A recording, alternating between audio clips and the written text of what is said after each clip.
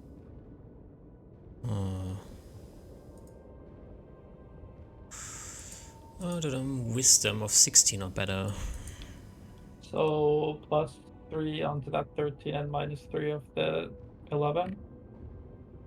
Sure. Wisdom 6. Actually, no, wait. The int was 16, so we could put the int on, or the 16 from that into will, and then drop his int to 13.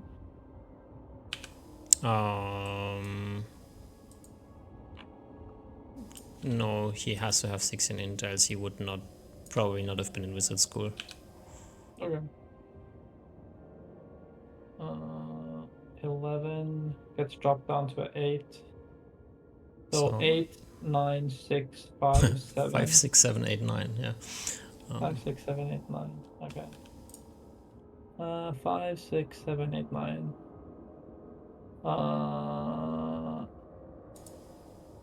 I think he will be 9 charisma, 8 perception, 5, 6, 7, 7 con. What did you say about perception? 8 perception. 8 perception. 5, 6, 7, 8, 9, 16, 16. So I'll screenshot this.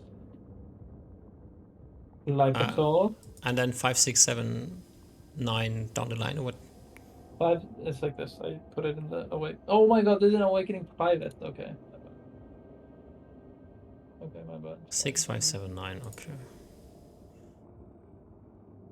And Arisa's stat should look like this.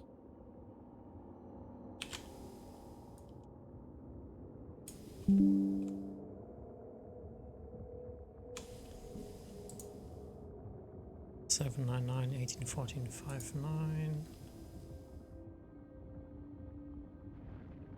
7, 9, 9, 18, 14, 5, 9. Yep. Dude, 3d6 is so much fun. Oh, and needs hotness. Is also 46. No, he has a 46 DH. DH? Why? I don't like these rolls. What the fuck is that? 46. Is this KL? 46 KL? No. Just roll 46 and keep the 3 lowest. Ooh, 6. Okay. Why? I don't like these modified rolls. Yeah, okay. It's unfortunate that you don't like them. They're cheating. But you also rolled abysmal, so not my issue. Dude, it's cheating.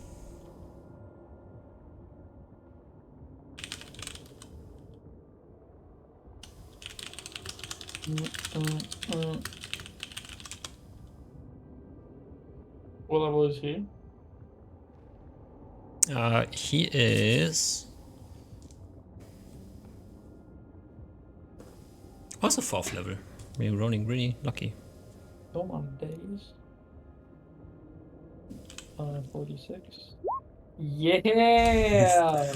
He's healthy. 1664. Okay. 7 Already. con doesn't give you any minuses, right? Nope.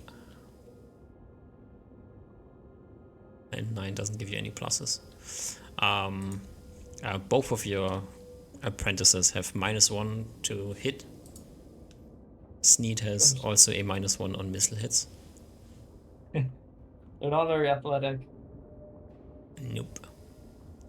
But they are smart. Ferisa would also probably die by any like random creature that like sneezes on her, but that's like wizard issues. Wait, really? Why? Because she has 8 hit points. Oh, really? Hmm. I don't remember rolling that. It's like up there. Oh. Shortly before hotness. Oh yeah, she rolled pretty bad. Yeah. That's good. If my apprentice ever turns on me, I could just magic Yeah, missile them. just magic missiles and end them immediately. Yeah. Can probably just hit them with your rod of your staff of striking. Probably also end them. Yeah. I'll just sever their link to that astral plane.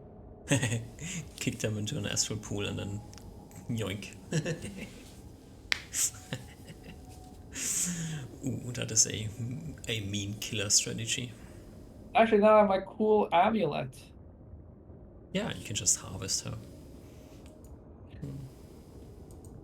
I invite everyone simultaneously to the interview. As they're waiting in the waiting room, I step in the side and say, "Greetings, everyone." Then I pull out my amulet and activate it. Testing if you have more than the 6 hit points. Probably would have killed Casey, but okay. Mm-hmm. Yeah. Alrighty, apprentices generated. We'll fill them. Do they get any like cool equipment from you? Do they give them anything? Yeah, probably, but I can't think of what. Alright. That ring of shocking, I think. I don't know if I have anything that would make them or they would find useful. Did we trade ring of jumping to the Thieves Guild? I still have this on my sheet, but I feel like we traded it. Everyone gets a light stone and a dark stone.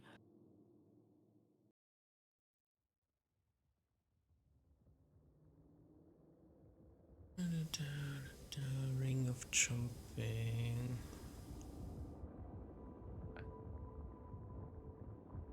I have no idea.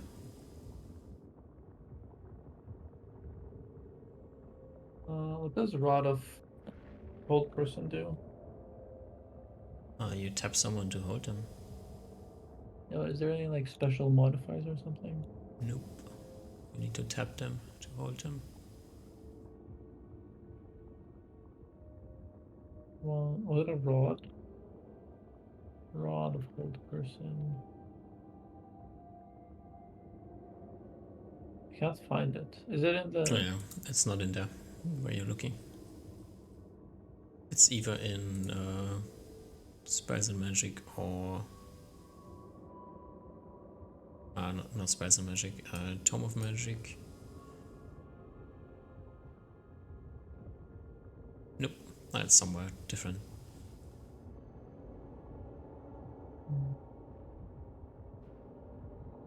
I don't think I have anything cool to give them.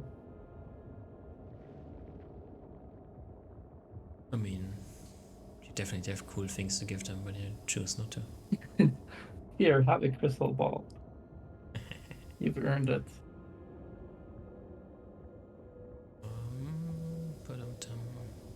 They're not gonna do anything with a fucking spear.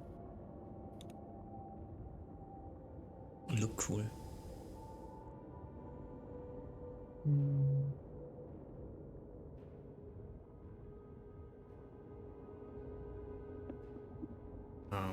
Wait. Did you just like look up the wrong thing?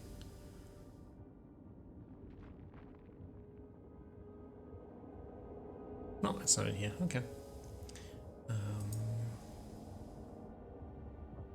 I also didn't write down where it is, so I have to look it up as well. Well, I think it's like really boring. So. Dragon. Oh, dragon. What's that thing? Bring off giant. I can give my apprentice a ring of protection +1. Actually, no. I'll give that eventually after like first 2 months of working or something.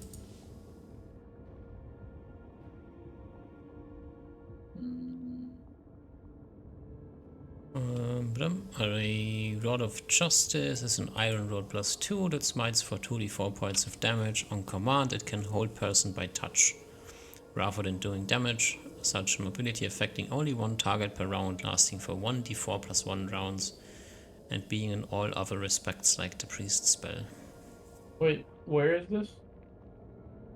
It's an Encyclopedia Magica. Sorry, can you repeat that? Dum-dum-dum. Did you say that strikes with a +2 weapon? I give you the description here. Did I miss here? Okay, I have to post this because it's too funny. Okay, that makes sense. It's written in the language of magic. Okay.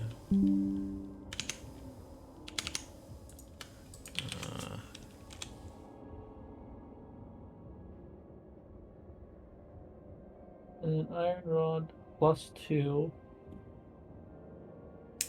So +2 to hit 2d4 damage. Yeah. So on top of the damage. No, Oh no, instead of rather damage. than.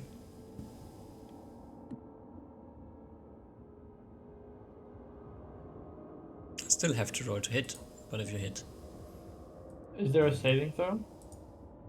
No. The saving throw is not getting hit. Okay. And what do you need to have proficiency with pods? Is it quarterstaffs or Mace. mace? So every wizard would attack with -5. Mm-hmm. And if you're not a wizard, you can't use it. Oh, no, everybody can use it. Okay. Is okay for cleric. Mm-hmm.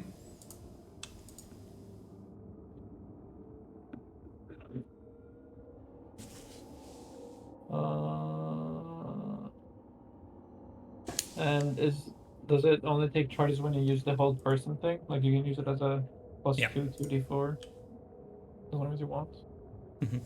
That's not bad for like a mace cleric, I guess. It's a +2 weapon, basically, yeah. Mm-hmm.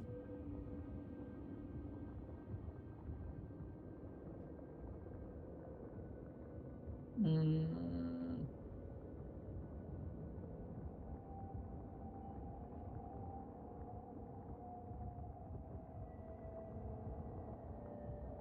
Alright, is there anything else we need to cover now?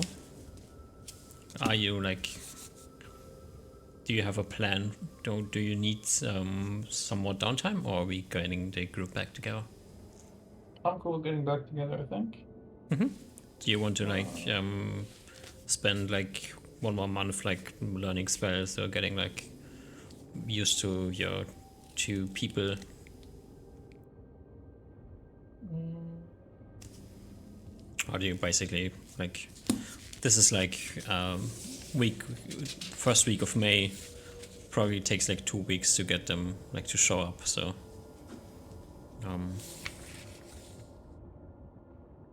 Yeah. I think I could try while I wait for the 2 weeks. I could try to look for some ethereal pebbles at the edge of the world. mm-hmm. But these attempts will not take a long time. Like once I make it to the edge of the world, it'll be like less than an hour. I guess considering spell preparation, so it'll take like 3 hours of my day or 4 hours of my day. Mm-hmm. Total time commitment to check for or check one spell. Mm-hmm. Can you roll me 4d20s? 1, 2. Oh. Oh.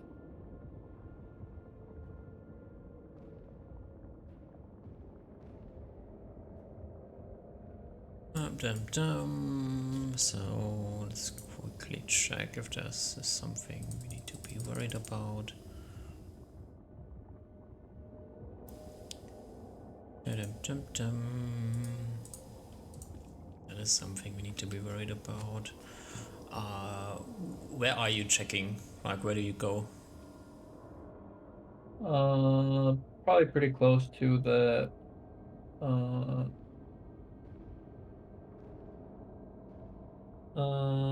actually probably near the dragon lair, because there was less of the swirlies. So yeah, I think I don't reconstruct the wall of iron. I just dispel it. And now that the dragon's been harvested, uh, and then I just kind of look around somewhere nearby there, Alrighty. try to find a spot that's near the edge of weather's changing, and Uh-huh. then there's hopefully some sort of Yeah.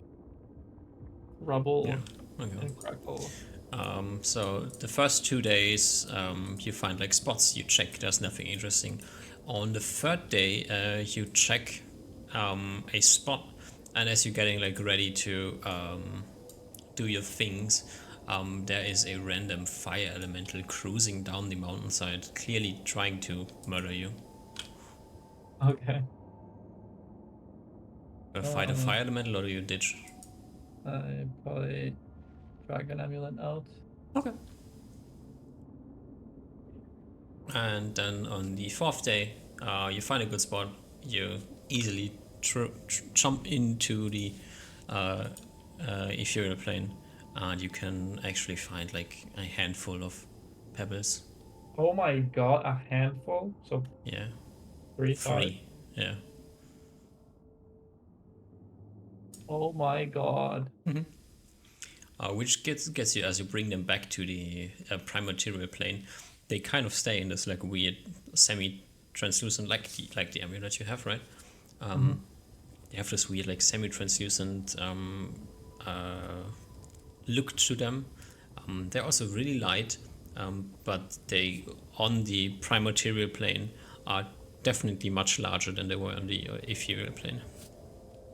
Definitely much larger. Okay. Yeah, like 3 times as large as they were on the ethereal plane. Okay.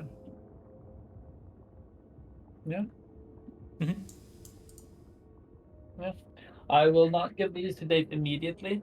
I'll save these for the interviews, and once I talk with them a bit, I'll show them like, okay, this you're gonna be working with you're the purpose of your work is gonna be try to expand my library. Recently, or it's not gonna be finding simple books that you can find from any store. Recently, for instance, I've been doing a lot of research regarding the astral and ethereal planes, the elemental planes as well. Along my travels, or along my research, there was these couple of things that perked up, and then I show them the astral shards and the ethereal pebbles, and describe how ethereal pebbles are formed, and brush over the fact that I don't exactly know how astral shards are formed. You have a research scientist and a miners and masons wizard. Like this is like totally up their wheelhouse. So yeah, all right. They get like very interested in like their first setup here, and yeah, they will go and try to find out what they can find out. With Theresa having like some sort of an in with the miners and masons guild, she's probably going to head back to Camp Widowitz and dig through the dark tomes and hidden tomes of the library, trying to get there. And yeah. Oh yeah, I guess I could give them like some starting direction of things that I'm immediately interested in. Which would be?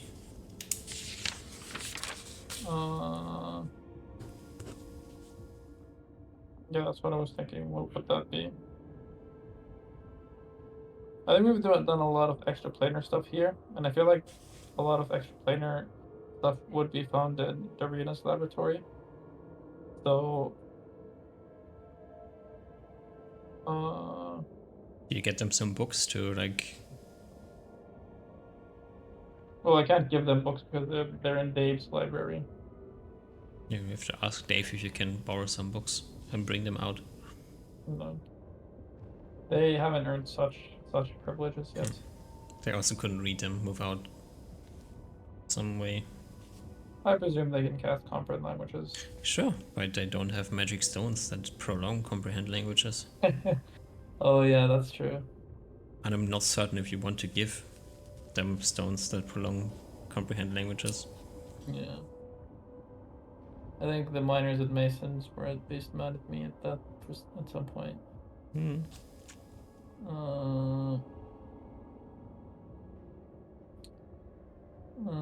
What would I want them to find? It would be something thematic related to a 7th level. I don't think I've looked at 7th level spells. I haven't looked at 7th levels spells at all, but it would be thematic to some sort of transmutation spell that's 7th level. Something relating to something like that that I would want to learn. I can quickly check. Wait, can I check? Can you check spells and magic? Is there like a spells by school alteration? Oh wait, there's so many alteration spells.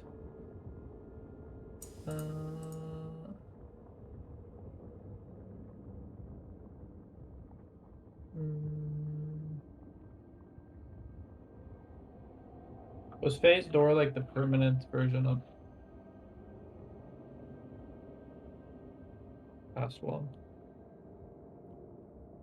It's like the multi-use version, I think.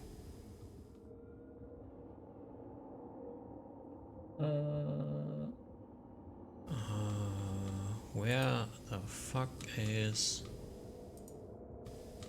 the spell books?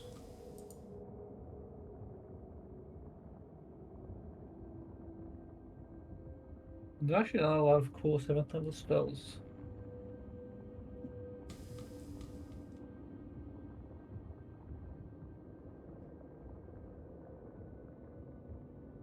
There it is. I guess I'd give them something thematically related to the spell statue.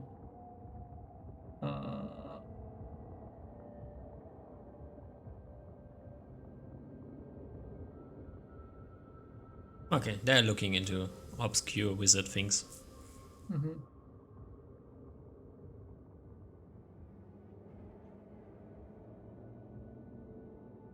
Great alterations. Something. What is good enough description? Something. Or maybe I would give them like a. Actually, I probably would give them something related to, like the astral shards or ethereal pebbles or something that I learned, so that within the first some time I can, make sure that they're able to gather information, see if I find information that matches with my priors. If they have some crazy conspiracy stuff, they believe in the alternate theory of planar construction. Okay. Do you keep them around until you get the group together so your companions can get to know them? Yeah. Okay. So you're probably all over in Terriga.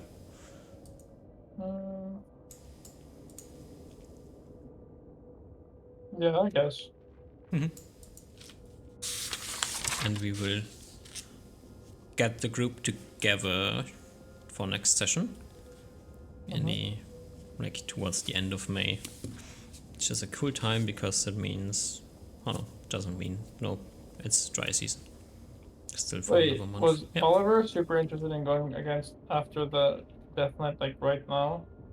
I mean, he is thinking that it is his problem to help out with. Is like his problem right now, or his problem like a couple of years? That is up to Oliver to discern.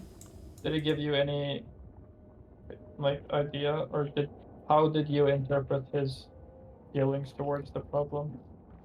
No, I think he will help dealing with the issue. Okay. But like the general consensus is that it's going to be a bit of a bigger thing than 3 people. Okay. So, yeah. Someone else to tank the death spell. What? Someone else to tank the death and the fireballs. Maybe, yeah. Yeah, so this is a bit of a larger issue than just going there and hitting people on the head. At least that's probably what he thinks at the moment. Mm. Yeah. Alrighty. I think that settles it for today. Oh, and since I'm spending a couple of weeks in town with my apprentice, Uh-huh. uh, during the time, probably even the next day, I'll show her the ethereal spell, and then I will talk about how there was a cleric once that also had a similar effect, but how that was totally cringe and lame because they don't actually understand anything, and they basically just beg from their things, and that clerics are kind of lame.